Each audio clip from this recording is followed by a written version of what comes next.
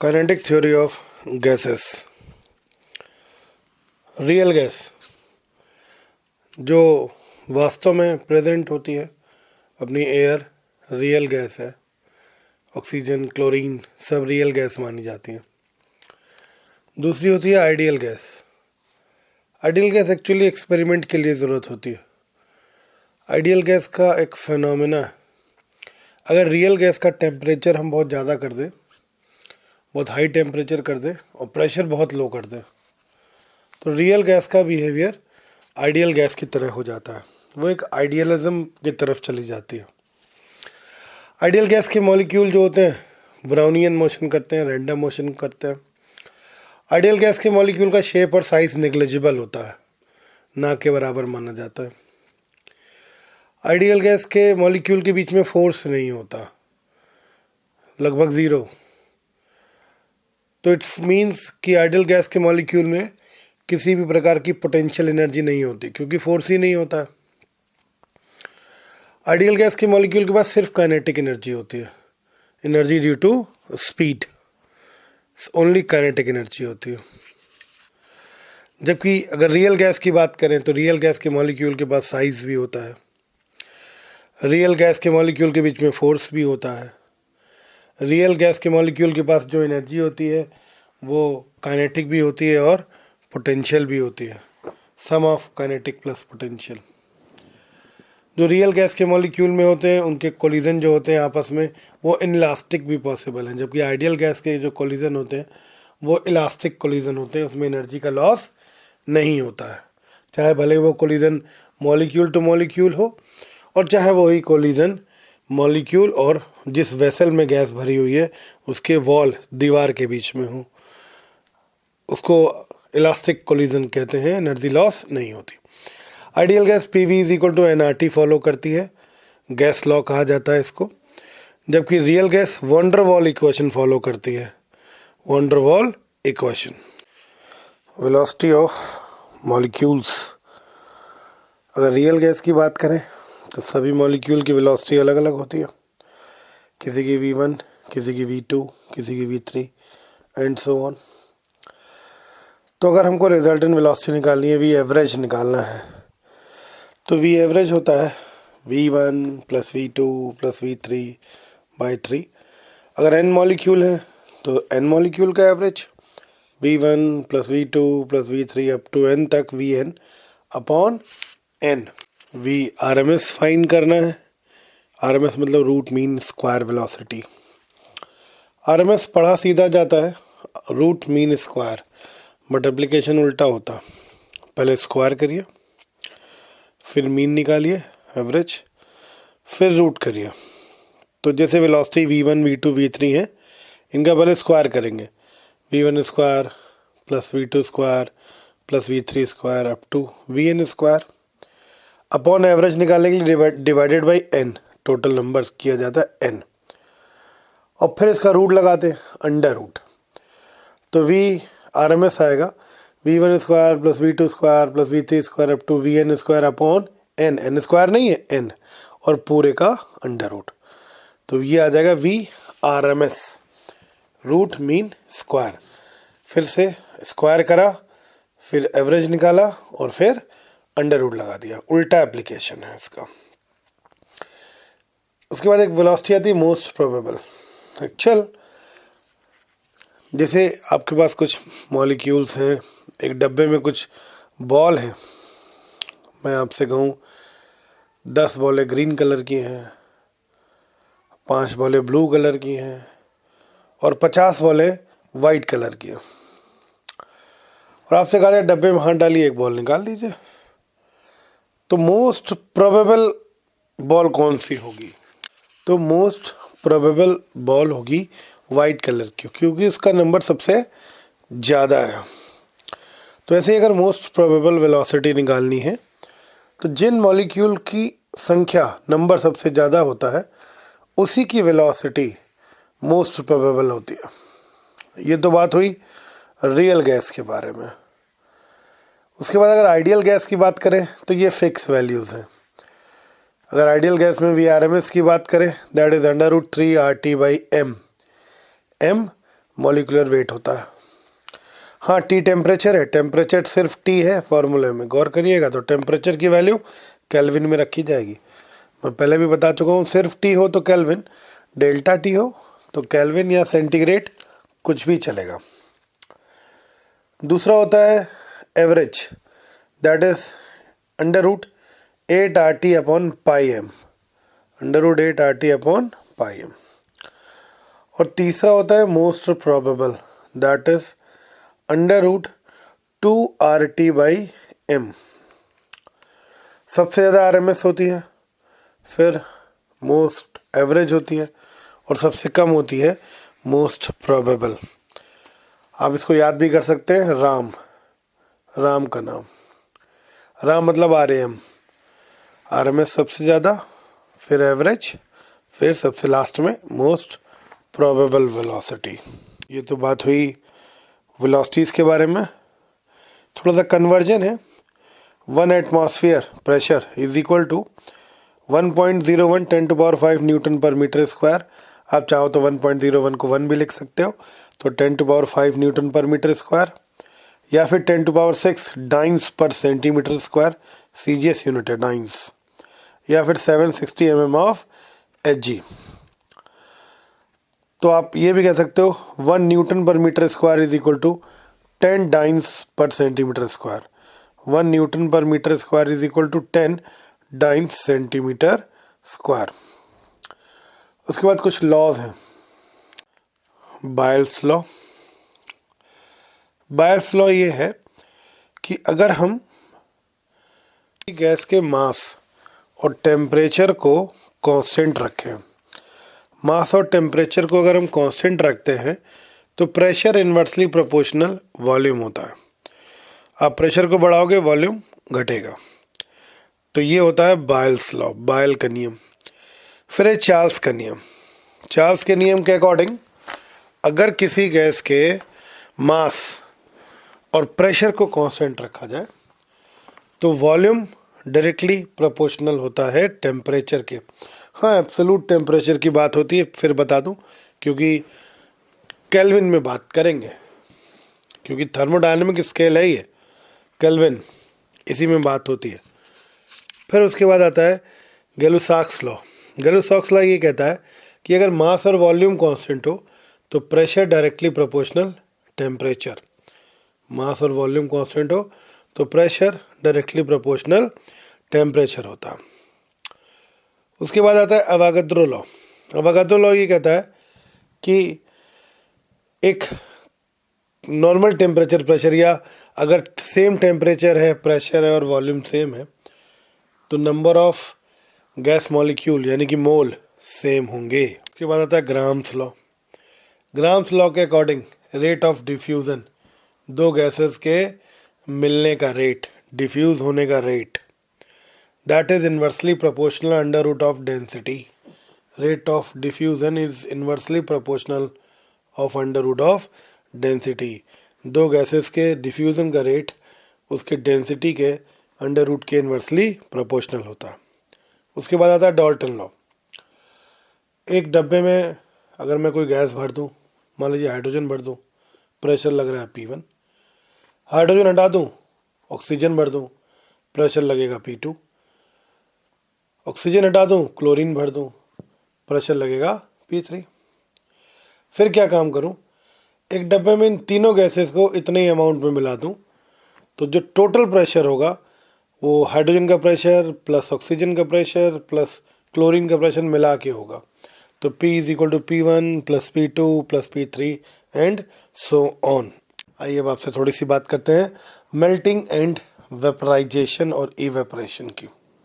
Melting state change process है when solid converted into liquid, इसको fusion भी कहते हैं कई बार। दिस इज मेल्टिंग, सॉलिड जब लिक्विड में कन्वर्ट होता है। तो स्टेट चेंज प्रोसेस है तो टेम्परेचर कांस्टेंट रहेगा। तो हम जो भी हीट देते हैं वो मॉलिक्यूल्स के बीच का बॉन्ड को ब्रेक करने में खर्च होती है और टेम्परेचर रिमेन्स कांस्टेंट।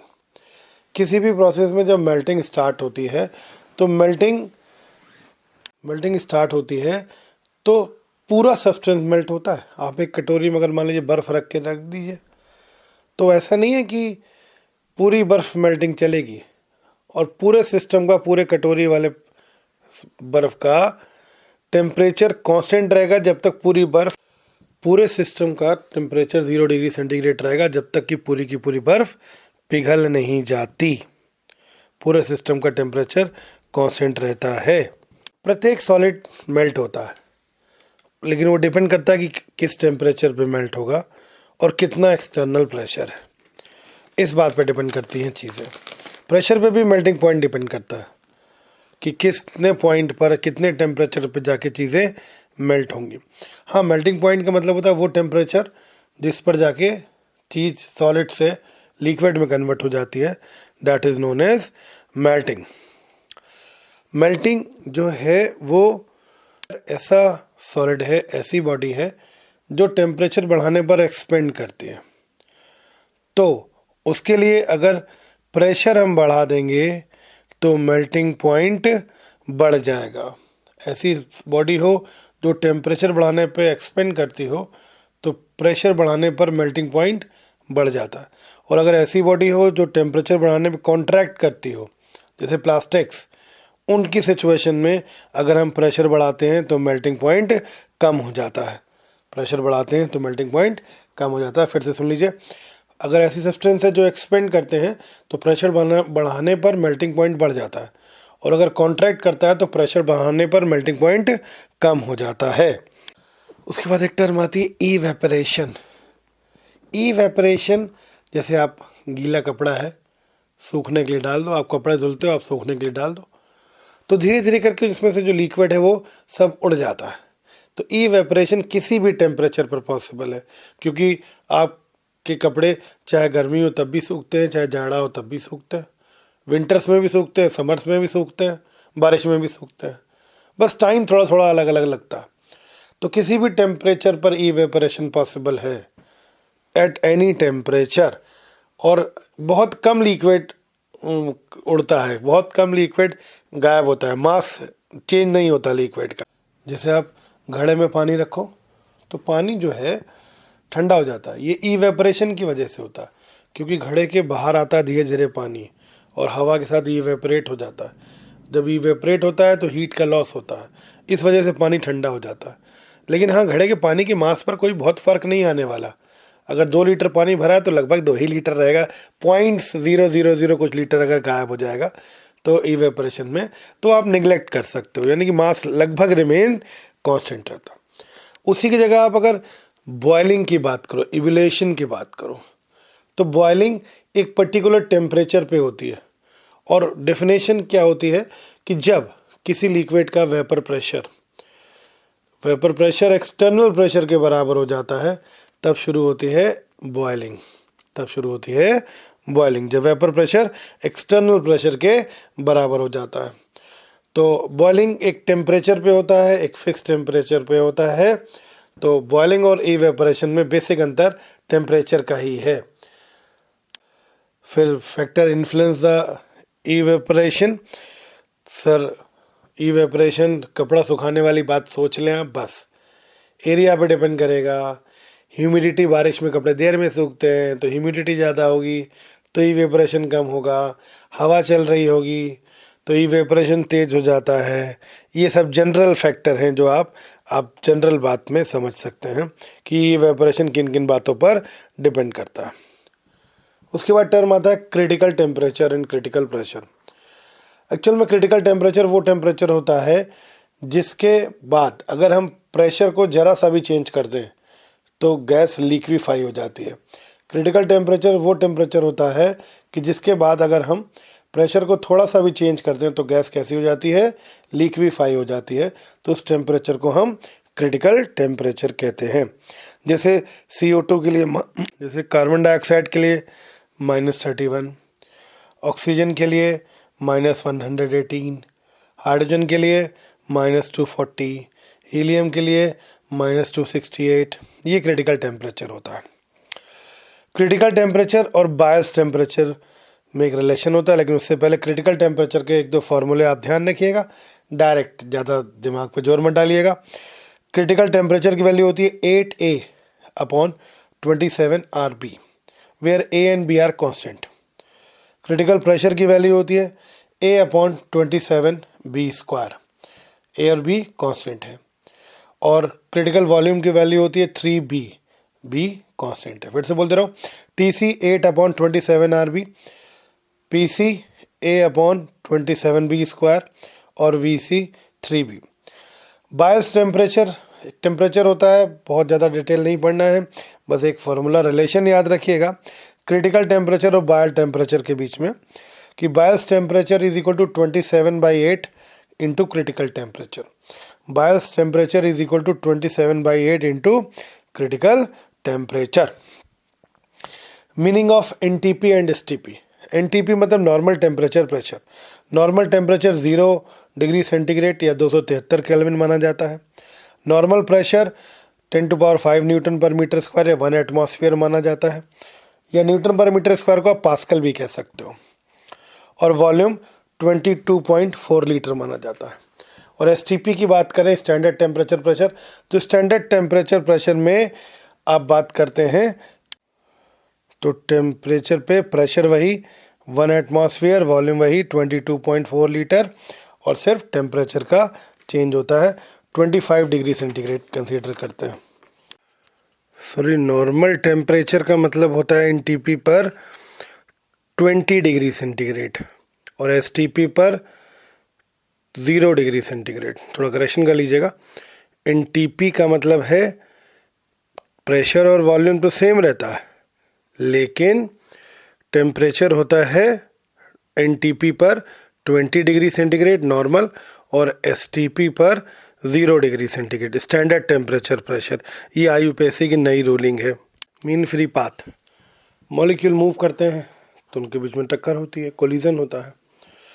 दो सक्सेसिव कोलिजन के बीच की जो एवरेज डिस्टेंस ट्रेवल होती है उसको हम मीन फ्री पाथ कहते हैं। लैम्डा से रिप्रेजेंट करते हैं।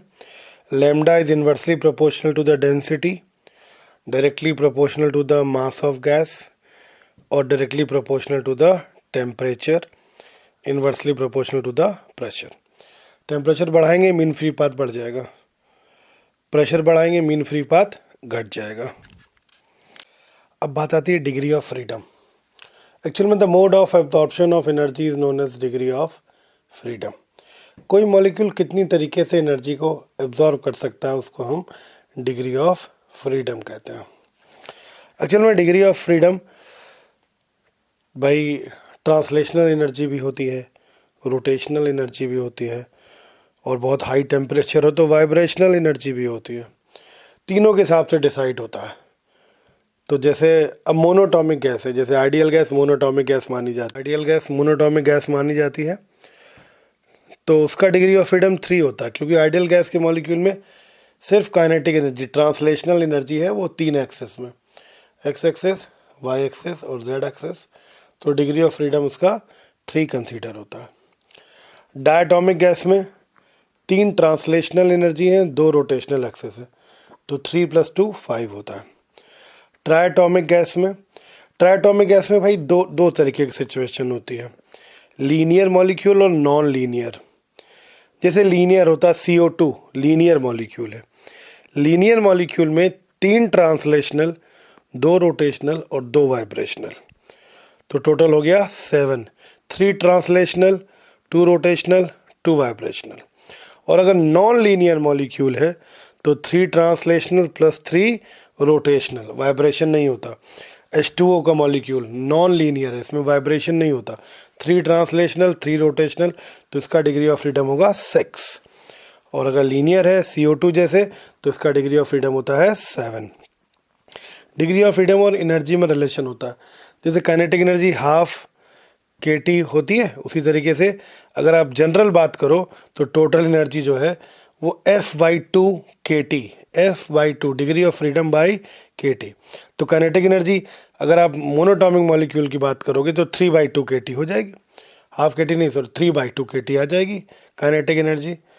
और अगर मान लीजिए डायटॉमिक मॉलिक्यूल की बात करेंगे तो 5/2 kT आ जाएगी। ट्राइटॉमिक मॉलिक्यूल की बात करेंगे, लीनियर सिस्टम होगा तो 7/2 kT, नॉन लीनियर होगा तो 6/2 kT। Ideal gas monoatomic gas मानी जाती है। तो आइडियल गैस के लिए काइनेटिक एनर्जी 3/2 kT फॉर्मूला होता है, 3/2 kT।